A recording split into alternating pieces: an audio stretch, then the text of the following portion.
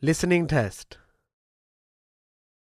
You will hear a number of different recordings and you will have to answer questions on what you hear.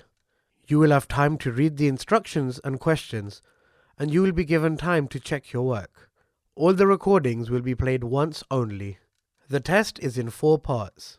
Now turn to part 1. You'll hear a conversation between David and Claudia about their holiday trip. First, you have some time to read questions 1 to 5.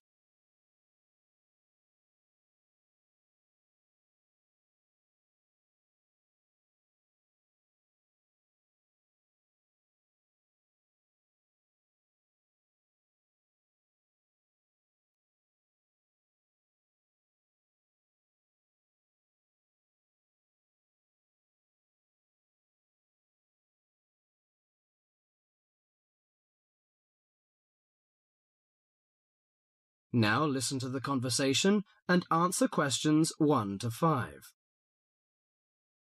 Well, Claudia, our first semester at university is almost over. I can't wait for the holidays. Oh, me too. Why don't we go somewhere far away and forget about lectures and essays and all that hard work? Sounds good to me. How about if we go to the coast? It would be great to do some swimming and surfing. The coast would be good, but let's look at our other options. There are the mountains. They're nice and cool at this time of year. There's also the desert, which I really enjoyed last year. What about going to Sydney? I've never been there, and they say it's a great city to visit. Well, I agree. Sydney would be good, but there are too many tourists there at this time of year, and I'd rather get away from buildings and cars. I vote for the mountains. All right, then, let's do that. Now, we have to decide where we're going to stay and how we're going to get there. Any suggestions? Well, for places to stay, there are the usual places, motels, hotels, and youth hostels. We can go camping too. I'm afraid I'm not a very good camper. I tend to feel a bit frightened sleeping outdoors. All right, we'll forget about camping. So, what do you prefer? Well, since neither of us has a lot of money, I don't think a hotel or motel would be possible. How about a youth hostel? Oh, I'd rather not go to a youth hostel. They're cramped and noisy, and the person in the bed next to you might be a snorer. No, I think we should find a small holiday house to rent, and if we get a few more friends to join us, it will be really cheap. Okay. You know, it's the first time for me to travel to the mountains. What do you suggest to take? Mosquito net, I guess. Mosquito net is useful, but I don't want to add more weight to our luggage. So the insect repellent can do, I think. Besides, aspirins are necessary and some cold cure, in case we feel sick or something like this. Do you think we need binoculars and a camera? Well, it would be a good idea to take binoculars. As to a camera, I'm not very for it. I'd rather record the scenes in my mind. You're right. What about the money? How much do you think is enough and how we should take it? I've learned from a friend about the cost. He told me that they spent about $480 for 1 week's tour, so I think $500 would be enough. We may need over $300 for the house. Have you got any traveller's checks? No, I haven't, but I've got a credit card and a saving card. Then take the credit cards with us. It would be more convenient to pay the house fees with a credit card.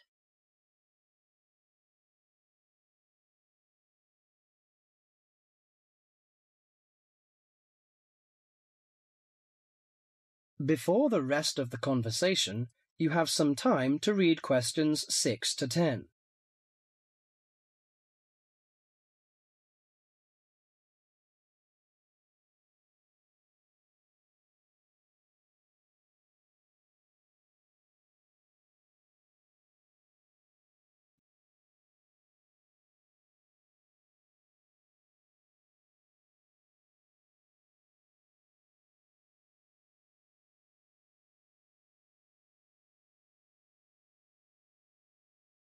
Now listen carefully to the rest of the conversation and answer questions 6 to 10. Oh, I nearly forgot the date. How long will we have before we have to be back here on campus? Under a week, I think.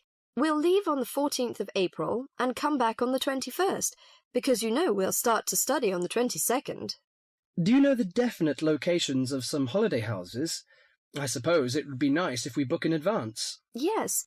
Look at this brochure here. It says that there are several holiday houses near the mountains. I prefer the one near the woods. It's situated right across the road from the rainforest park. That sounds good. We can easily go to the rainforest park then. Do you know what else we can do there besides visiting the park?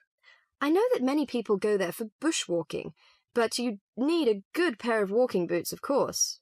Are there any dangers in the bushes? I'm a little frightened. In fact, there's no need to be nervous of the bushes, provided that you treat it with respect and common sense. Most of the animals and wildlife are gentle and harmless. There are venomous snakes to be aware of, but really they're much more frightened of you than you are of them. The other thing is that certain plants can cause irritation if you touch them with bare skin. I see. Well, I can't wait for the coming holiday. That is the end of section 1. You now have half a minute to check your answers.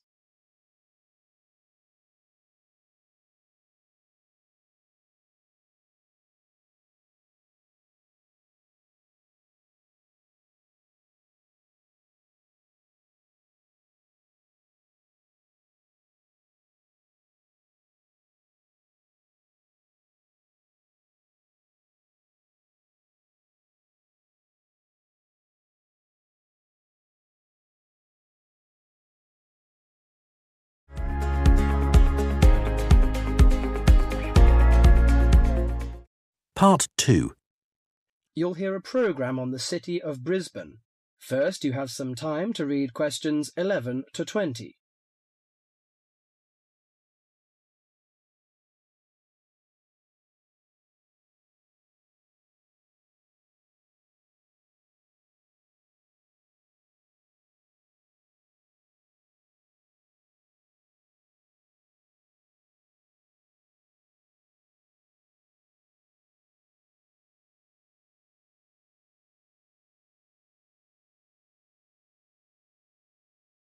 Now listen to the conversation and answer questions 11 to 20.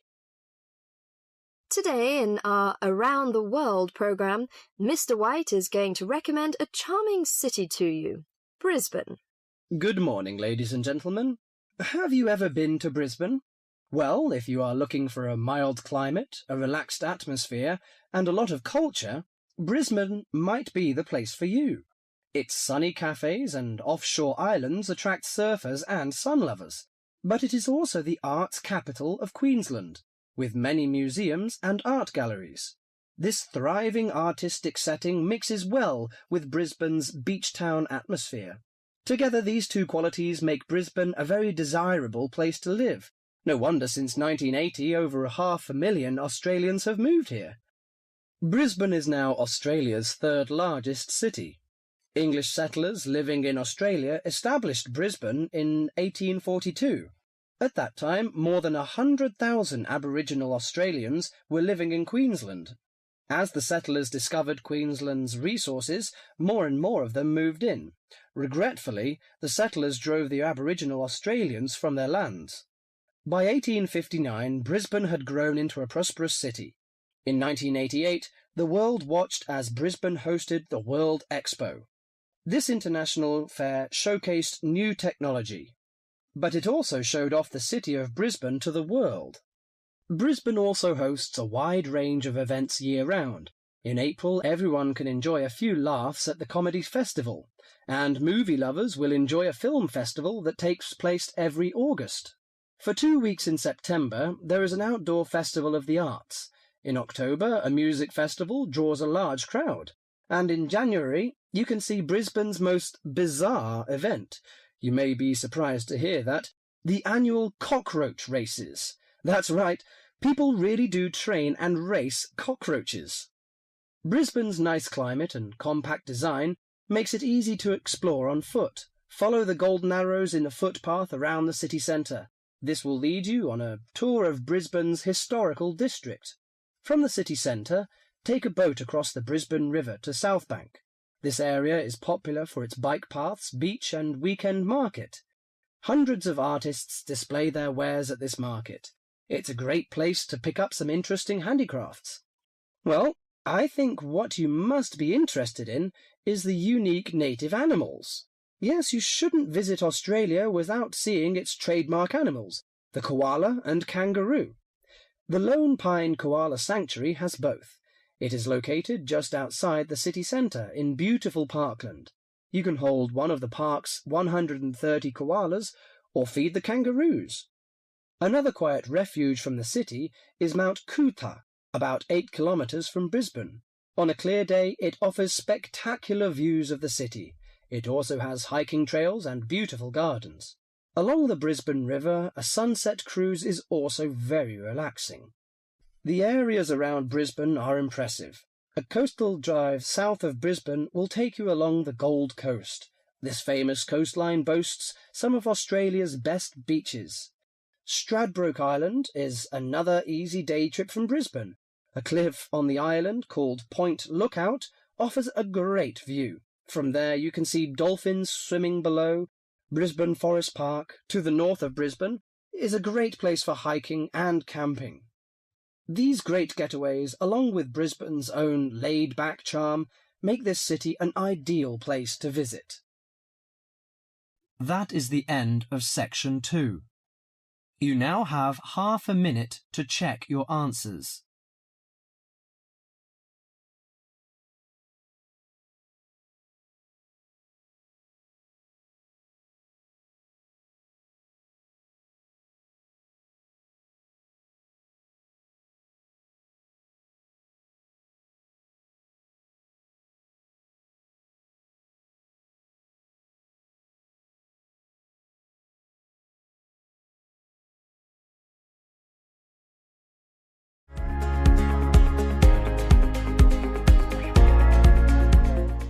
Part 3.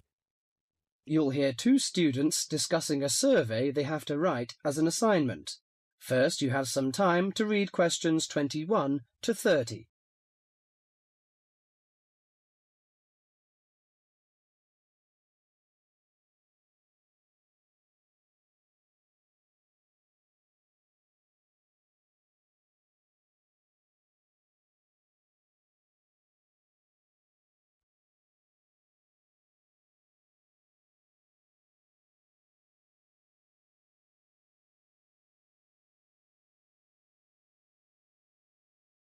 Now listen to the conversation and answer questions 21 to 30. How is your market research project going, George? Very well, actually, Anna. I've just got the results of the survey back, and so now I have to draw some conclusions from the information I've collected. That's good. I'm still writing my questionnaire. In fact, I'm starting to panic, as the project deadline is in 2 weeks, and I don't seem to be making any progress at all. What is your topic? Forms of transportation in the city. What about you? I've been finding out people's attitudes to the amount of violence on television. That's interesting. What do your results show? Well, as I said, I haven't finished writing my conclusions yet, but it seems most people think there is a problem. Unfortunately, there is no real agreement on the action that needs to be taken. Nearly everyone surveyed said that there was too much violence on TV. A lot of people complained that American police serials and Chinese kung fu films are particularly violent. The main objection seems to be that, although a lot of people get shot, stabbed, decapitated, and so on, films never show the consequences of this violence.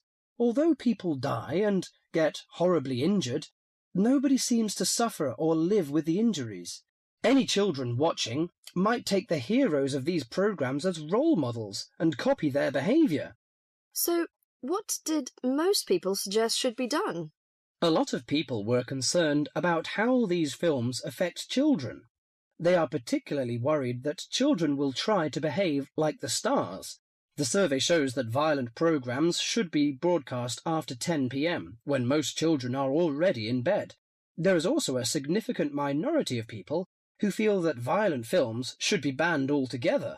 Or how did people feel about the violence on news broadcasts? Most of the responses I have looked at have felt that violence on news broadcasts is more acceptable, as it's real. Although it's unpleasant, it is important to keep in touch with reality. Still, many people thought that it would be better to restrict violent scenes to late viewing. Your survey sounds very good. How many people filled it in? I gave out 120 and I got 70 back. That's a very high rate of return. Who did you give your questionnaires to? I gave a copy to every student in my hall of residence and a few to friends from other colleges. Don't you think that this will influence your results? How do you mean? The people in your hall of residence are all about the same age. They're all students and from similar backgrounds. Therefore, it is likely that they will have similar opinions. Your results represent student opinion, not public opinion. So how are you going to do your research? Well, I'm going to interview my respondents in the shopping mall. What I'll do is ask people if they have 5 minutes to spare to answer a few questions. If they agree, I will ask them some multiple-choice questions and tick off their answers on my sheet. Isn't it very difficult to ask meaningful questions using multiple choice? Yes, it is. The secret to writing a successful survey is to write simple multiple-choice questions that target the information you're looking for. There, it's better to write a lot of short, specific questions than longer general ones. So that's why it is taking you so long to write. Yeah, but I hope I'll be ready to start interviewing at the weekend. That is the end of section 3. You now have half a minute to check your answers.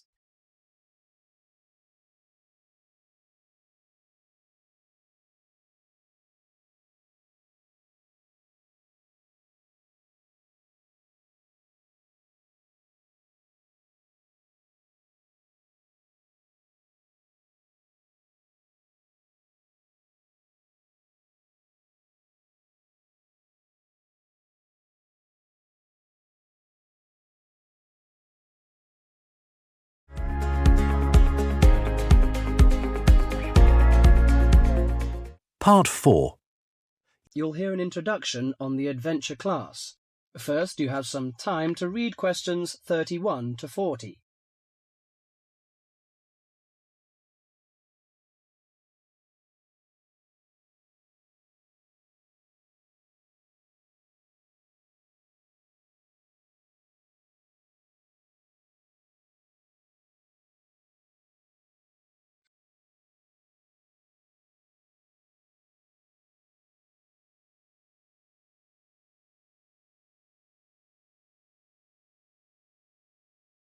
Now listen to the conversation and answer questions 31 to 40.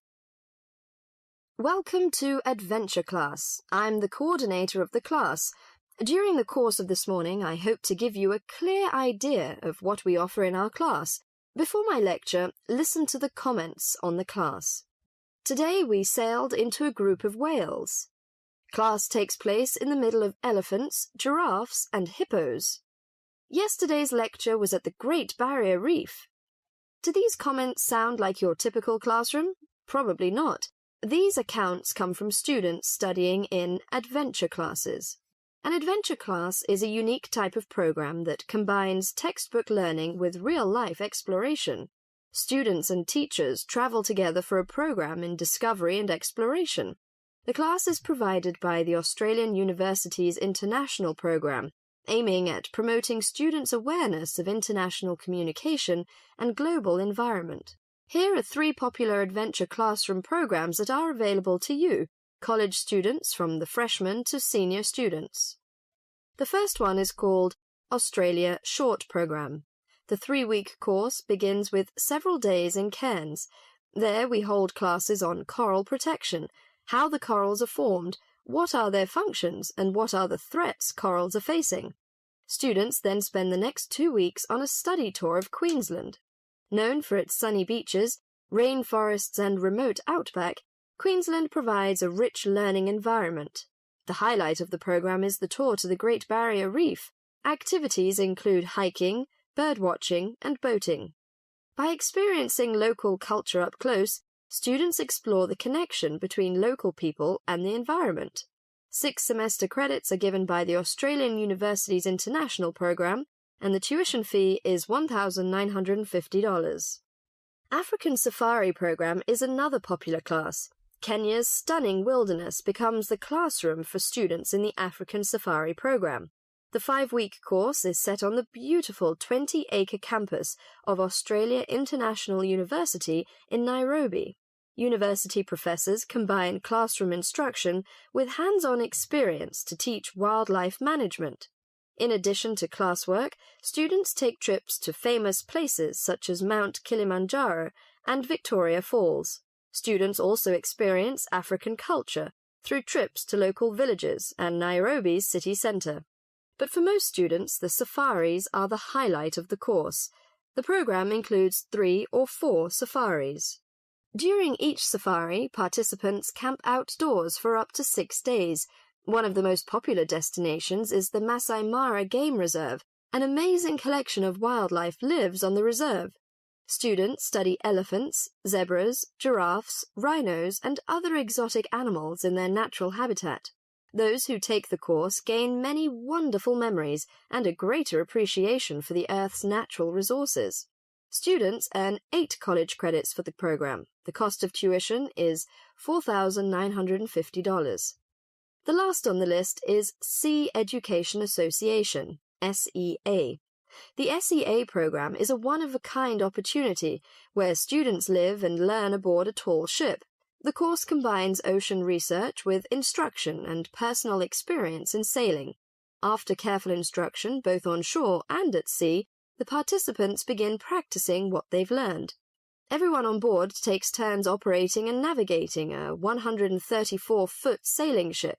That is the most outstanding. Life at sea is non-stop, so everyone is assigned to a watch. During that time, students work in the lab, in the kitchen, on deck, or in the engine room.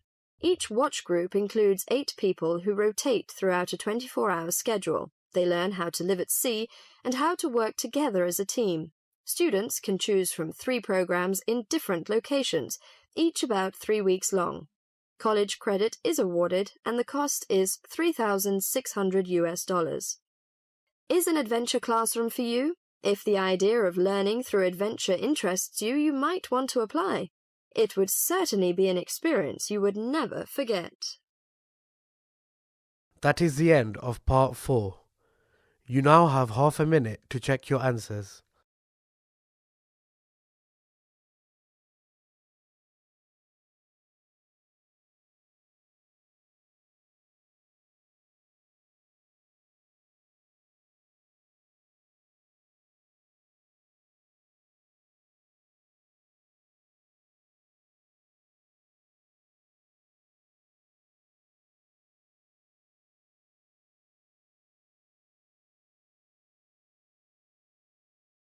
That is the end of the listening test.